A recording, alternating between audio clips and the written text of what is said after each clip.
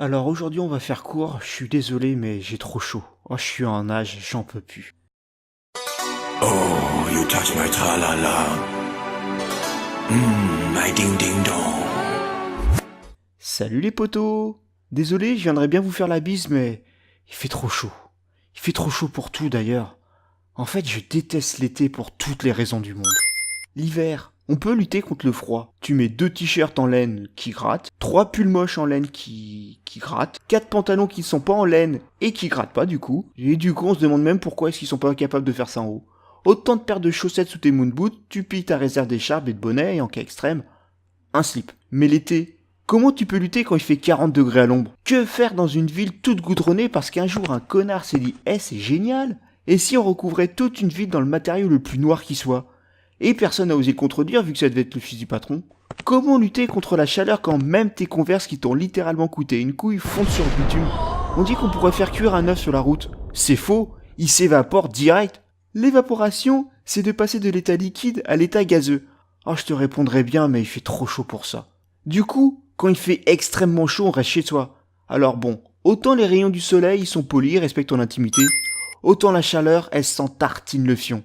La chaleur, c'est la chef des témoins de Jéhovah. Elle reste chez toi et accroche-toi à ton slip pour t'en débarrasser. Slip qui constitue ton seul et unique vêtement d'ailleurs. Alors non seulement cette chaleur te donne le charme inimitable de Johnny au Parc des Princes, une odeur qui repousserait un chacal galeux et le sex appeal d'Homer Simpson, mais du coup tu vas faire quoi de tes journées?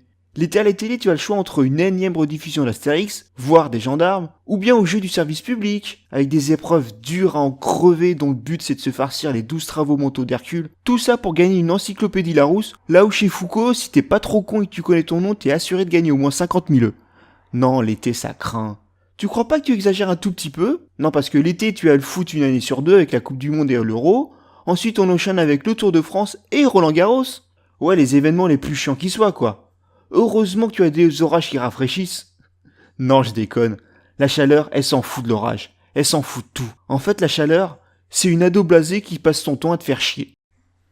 Et la bouffe? On en parle de la bouffe?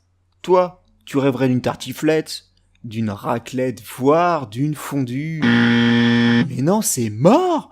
Il fait trop chaud! Non, non, à la place, on a droit à du taboulé. Du taboulé. J'ai horreur du taboulé. On m'a toujours dit qu'il faut jamais être catégorique, mais à un moment donné, il faut appeler un chat un chat. Le taboulet, c'est dégueulasse. Point, barre. En général, t'as toujours un connard qui te sert une pleine plâtrée en te sortant d'un « Tiens, il faut finir le taboulet !» Mais crève avec ton taboulet, putain. Et qu'est-ce qu'il peut y avoir de pire que ça? Alors là, je vais redire tout ce que j'ai dit, et je l'applique à la salade piémontaise. Y a rien de plus dégueulasse. Ce truc-là, je le mets au même niveau que les choux de Bruxelles. Une déclaration de guerre, ce truc. Non mais franchement les Belges, ça fait depuis la Coupe du Monde que vous nous pourrissez, mais n'oubliez pas que c'est vous qui avez commencé. Et quand on pense au nombre de gosses qui chopent la chiasse avec votre merde, je trouve qu'un but chanceux de Mtiti, c'est pas cher payé. Donc on a le choix entre ça et les endives cuites. Et je pourrais faire une vidéo entière sur ces trucs-là tellement c'est dégueulasse. Et en plus, personne peut dire ce qu'il y a dedans, et le peu que tu arrives à identifier, eh ben c'est dégueulasse.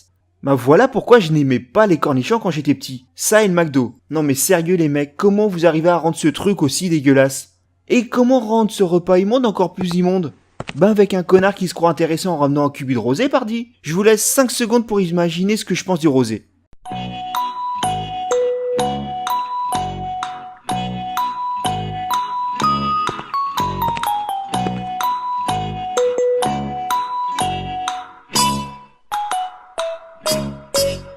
Gagné! Le rosé, c'est dégueulasse, putain. Faut arrêter avec le rosé. Non, en fait, faudrait le laisser à ceux qui se promènent en claquettes, chaussettes et coups de soleil. Les roast beef ou les boches, quoi.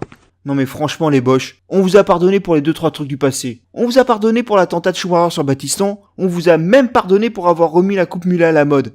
Mais les Birkenstock, là, non, c'est plus possible. Vous avez de la chance d'avoir le pouvoir, les frites, parce qu'on a ça de vous expulser de l'Europe, les boches. Ah, ça. Faut arrêter avec le rosé, ça rafraîchit même pas le rosé. Ou alors, les rosés aromatisés qui n'ont pas le goût de rosé, quoi. Et à ça, si tu rajoutes les pâtés dégueulasses, les fromages plâtreux et les melons sans goût qui attirent les guêpes, non mais franchement, moi je regarde koh avec jalousie. Alors, comment se rafraîchir quand il fait 40 degrés à l'ombre et que ta ville est envahie par une horde de bobos?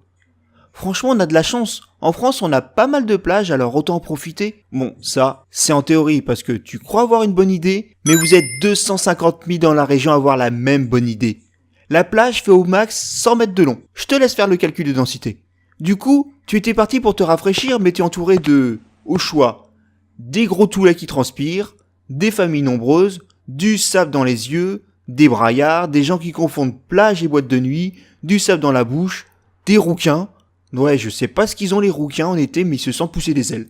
Ils ont l'air d'oublier que tout le monde les déteste, et ils affichent haut et fort leur rouquinitude. Franchement, si je voulais me retrouver collé à un gros tout-moite, je serais resté dans la ligne 13 aux heures de pointe. Le sable dans les yeux et dans la bouche aussi, quoi.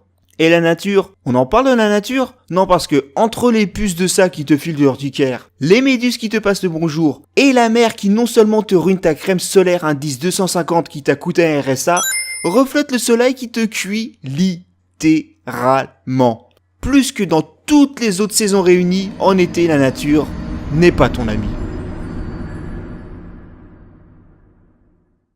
Et en plus, cette salope de nature, elle a cru bon de bien faire de nous obliger à manger pour vivre. Du coup, très bêtement, on s'est obligé de faire ses courses à la supérette locale, et quand tu vois par exemple la baguette de pain rassis à 4 €, ah c'est un peu cher quand même. On aimerait bien prendre de l'abreuillage pour le petit déjeuner, mais j'ai pas trop envie de casser mon code vie pour ça. L'été, tu transpires comme jamais t'as transpiré de ta vie. Mais c'est pas pour autant que tu vas perdre ton gras, non. Il est toujours là, il se porte bien, luisant et fier de l'être. Des fois, je me demande d'où vient toute cette transpi, et je trouve, elle vient de mon compte en banque qui fond littéralement. En même temps, je suis con, j'ai pris un pack d'eau. Et t'oublies pas ceux qui passent leur temps à se plaindre? Oh putain, je crois que ceux-là c'est les pires. Je supporte pas ces mecs. Moi ça va, hein. Je suis tout en retenue.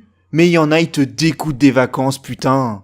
Est-ce que j'ai vraiment besoin de développer? J'ai passé très vite fait les guêpes et autres joyeusetés parce que les guêpes, mais c'est que dalle à côté de ces enculés de moustiques.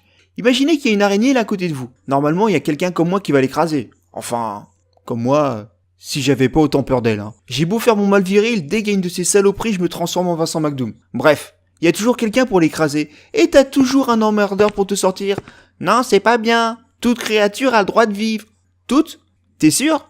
Réfléchis bien. Non, parce qu'on parle bien de la pire créature qui ait jamais existé. Le plus gros tueur de l'histoire de l'humanité. Je m'excuse de le dire, mais à côté du moustique, le grand blanc c'est Winnie l'ourson. Sans côté flippant, évidemment.